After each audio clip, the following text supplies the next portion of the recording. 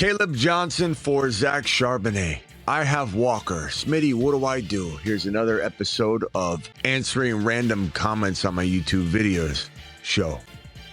From the FantasyFootballShow.com studios, it's the Fantasy Football Show.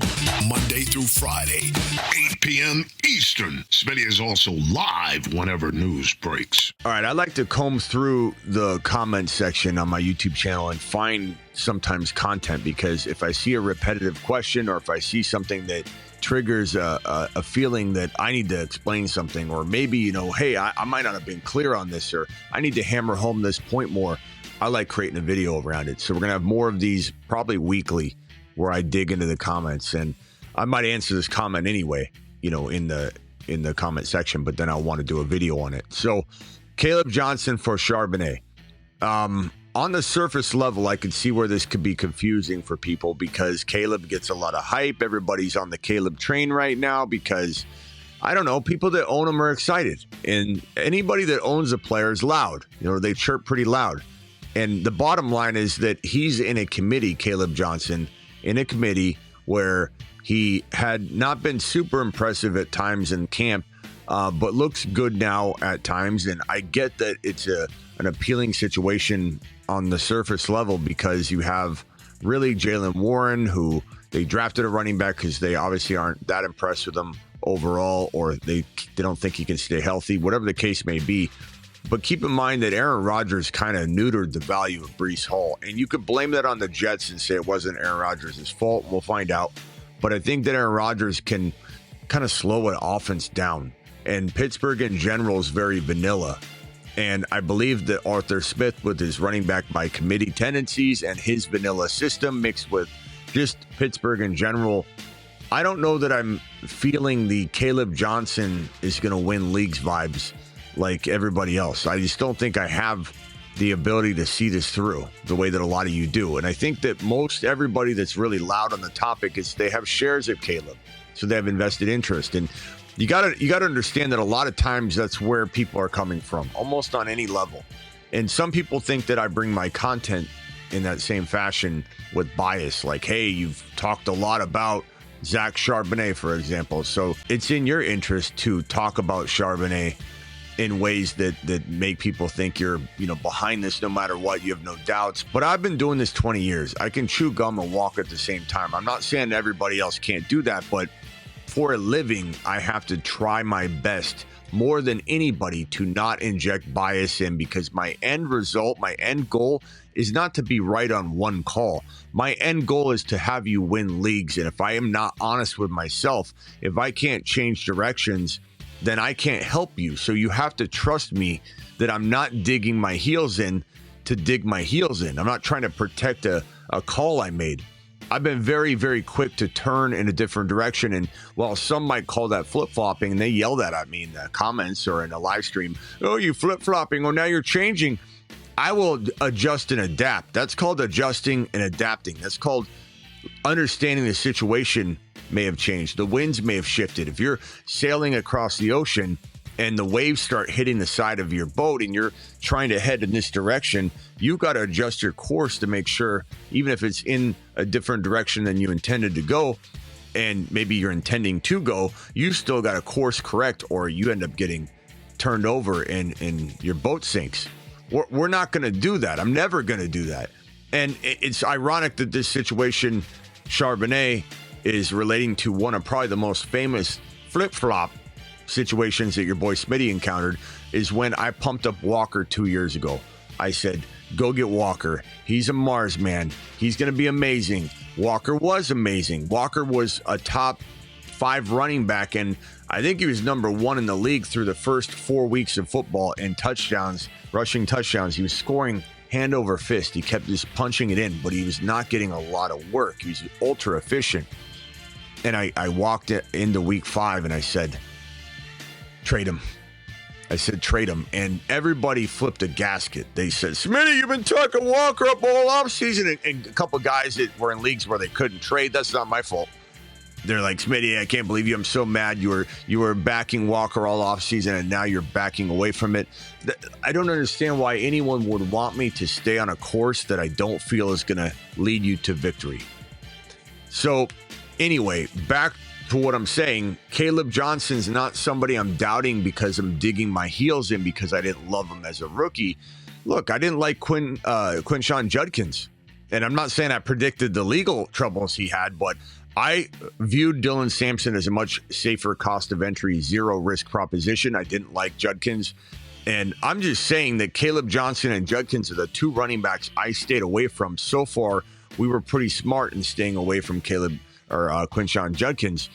And while people might think that the tides will turn on that situation, and maybe they do, as of right now on August 20, we're back in a waiting pattern, a holding pattern for the Browns to even sign him. So we don't know what's going to happen with that situation. The NFL is now doing their own investigation or wrapping up their own investigation. And we're sitting here waiting for Judkins to even get signed.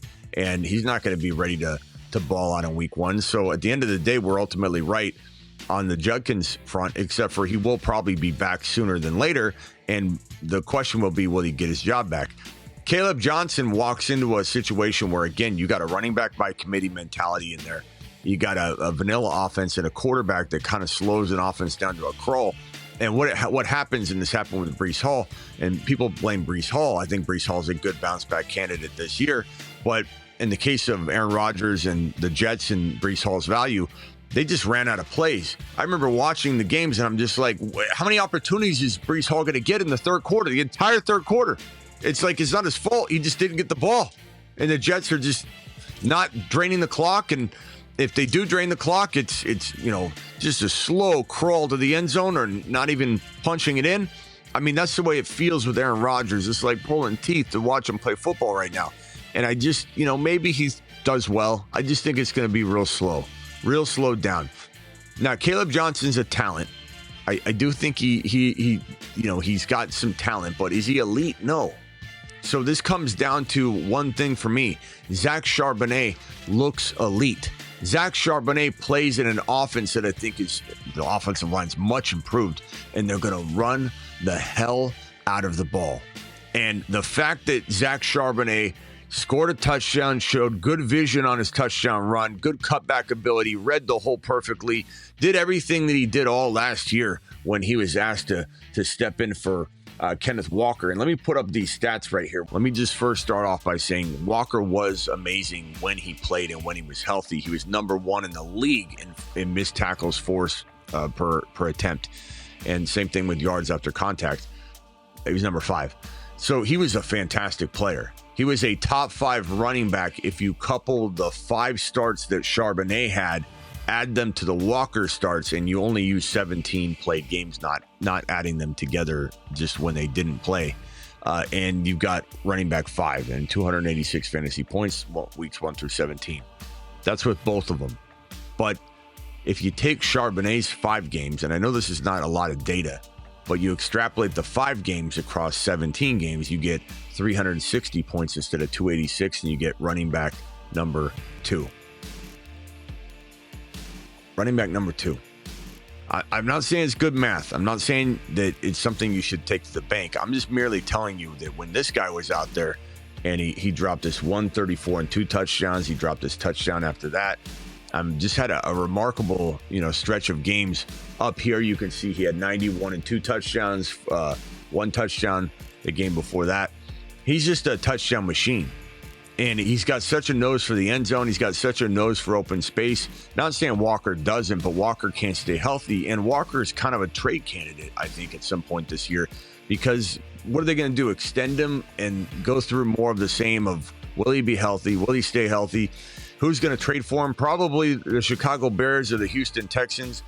I think Bill Ja'Cory Krosky-Merritt over in Washington kind of put to bed any idea or concept of trading for a running back over in Washington, but you never know if some injury happened, and I don't think Walker gets traded anytime real soon. So at the end of the day, I believe that Charbonnet's starting multiple games this year. I don't know if he kicks off the year as a starter. Some people want it. Some people suggest it. Walker's going to have something to say about that. And honestly, I don't think they're just going to put Walker on the bench. But the moment Sharps gets in there one more time, and like Timmy T said, one more try, if he gets in there, I don't think he's coming out. And if he gets in there and does well, I think Walker, there's going to be a game where Walker doesn't dress, and then he's going to be shipped off. And I think they're going to ship him off very cheaply. If they can't get a lot for him, they'll just do it. Or, maybe a team overpays, but I think Walker probably does get traded. So the thing I would say, though, on this front is that you don't have to really buy Charbonnet at a value that makes you feel like, by the way, make sure you go watch this video if you missed it last night. We broke this. No one's talking about this. We go live when news breaks. I went live at freaking midnight to talk about this. No 10-game suspension for Rice was ever suggested by the NFL. We called it right again. We told everyone, don't take this Halicero report from ESPN. Take it with a grain of salt, because the report ended up being actually 8 games. The NFL was suggesting 8 games, and the NFL Players Association said hell no to that. There's no precedent for that. The CBA actually calls for 6 games or less, but only 6 games. So the NFLPA said, we'll see you at the hearing, because the NFLPA is going to try to go for 1 to 3 most likely. The NFL is going to say, well, we wanted 8. If you can't do 8 because the CBA says that it's 6, then let's meet in the middle. And so maybe it's somewhere between 4 and 5. So 4 and 5 might be the landing spot. But yeah, go watch that video if you missed it. But back to reality here. Charbonnet, just a league winner. Amazing vision and contact balance and ability to cut back. Not that Walker doesn't have that, but once he gets in there and starts thriving, they're just going to be like, this guy keeps stepping up. And he looks phenomenal. And as I was saying, it's not like the cost of entry is a round 5 pick or a round 7 pick even. He's going so much later than that. You can get him a lot deeper in a draft. Let me see if I can go into a draft real quick and tell you exactly where I drafted Zach Charbonnet. The last time I drafted him, let me see if I can pull up a draft that's even remotely complete. And this is Underdog. It's going to be a little different. The ADPs are a little different, but Zach Charbonnet is going around. Let's see here. You got Quinshon Judkins still going in the 11th round, which is crazy to me. Kenneth Walker going in round 5, sometimes round 4, the 4-5 turn, but a lot of the times late 4 or early 5. It's just way too high, way too high. And Charbonnet, 9, 10, 11, it looks like. It's kind of all over, but 9, let's just call 9 the worst case scenario. That wins a league, and it packages in all the risk. If he doesn't get into the lineup until the last 6 games of the season, you don't lose anything. You just have a league winner per start. But if he gets in there before that time frame, let's say he starts week 2 or 4 or 3 or 1, it's possible. Probably not likely, but possible that he just takes the job. But who knows? Some surprising announcement. Maybe Walker does get traded early. I doubt he does. You're actually prepared for 0 games if you're drafting at 9. You lose a little value as a 9th round pick. You're a little disappointed, but that could be your waiver wire pick, your fodder. You just drop them. But you're kind of baking in. If you got 4 elite games out of Charbonnet, similar to Garendo or Mason, you could win a league still on this kind of help, especially later in the year when it was probably more likely, if things didn't evolve for a while, it would be more likely that you'd see the league winning value later in the year. This would be league winning, and this is probably the lowest expectation you could have. If Charbonnet starts any sort of double-digit amount of weeks, you are lambasting your league into a million little pieces. Charbonnet, so to answer this question, Mark, Caleb Johnson for Charbonnet, you have Walker. You need Charbonnet no matter what, answering this question. Walker and Charbs belong together, but even if you didn't have Walker, I would tell you, go get the league winner, Zach Charbonnet, even over a guy that might be starting.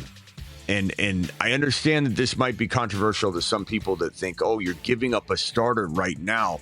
But I don't know that I'm starting Caleb Johnson. I don't know that my team is going to be in such a weird state early on that I'm starting him. So I'd rather bank the value for a little while, let it grow. And then once this guy gets in the lineup, you've got a higher producing, higher scoring player and a bigger league winner. But you got to take your own risk and make the decision for yourself. I know there are a lot of Caleb Johnson believers out there, but Charbonnet has been a leader of the midseason monsters for a reason. He's right smack in the middle of the board. He's always been in the middle of the board. Ja'Cory Krosky, Merritt, and Sharbs are kind of the leaders of this board. And we're right on this one so far. And we're looking good on all these other fronts. Bigsby Tootin, Grendo's back and practicing. Benson's still a league winner. But, and Brashard Smith, do not sleep on him. Mason's fantastic as well. But we're right on this guy, Krosky, Merritt. So trust me on Zach Charbonnet. He's got league-winning potential with literally zero risk if you're getting in the game now and drafting him in round 9. And in this situation, in this kind of trade, maybe you can get more. That's the last thing I'll leave with you is if Caleb Johnson's ADP, and I'll look for Caleb real quick. Caleb Johnson's ADP is a lot higher. So at the end of the day, in a vacuum, I'm going to answer the way I did. But I'm also going to advise you to potentially go look at getting and acquiring more. Okay, so he's looking like he's a 7th rounder versus a Charbonnet round 9. You could get a little value out of that if you wanted to. So I would say explore it, see what you can get. Maybe you can upgrade a wide receiver you don't quietly like as much as maybe Travis Hunter, and you upgrade to that because there's some doubt about Hunter. Maybe you got an RB you can quietly upgrade into RJ Harvey because people are doubting Harvey right now. Those are the kind of amazing moves that you can package into this deal. And maybe they even think you're giving them an additional better player. You're just quietly liking the player you're attacking. That's my answer here. And I appreciate you asking the question. We'll do more of these throughout the year, each week. Don't forget to get on over to my thefantasyfootballshow.com, rankings, bold predictions, trade calculators, and then, of course, my Patreon, which is a 24/7, 365 live chat group where we're just chatting live 365, 24/7. And then that link is in the description. So is the link to thefantasyfootballshow.com. And then, of course, we draft at midnight every single night, practically every single night. $10 minimum. They'll match your first deposit 50% all the way up to $1,000. So get on over to the link that's in the description that is for Underdog. All the links are in the description of all of my videos. So if you're looking for these links later, you know where to find them. See you guys at 8 p.m. Eastern every single Monday through Friday. I'm also additionally live whenever big news breaks, and I'm live almost every single midnight Eastern to draft with you live on Underdog. The promo code Smitty, link in description. Deuce.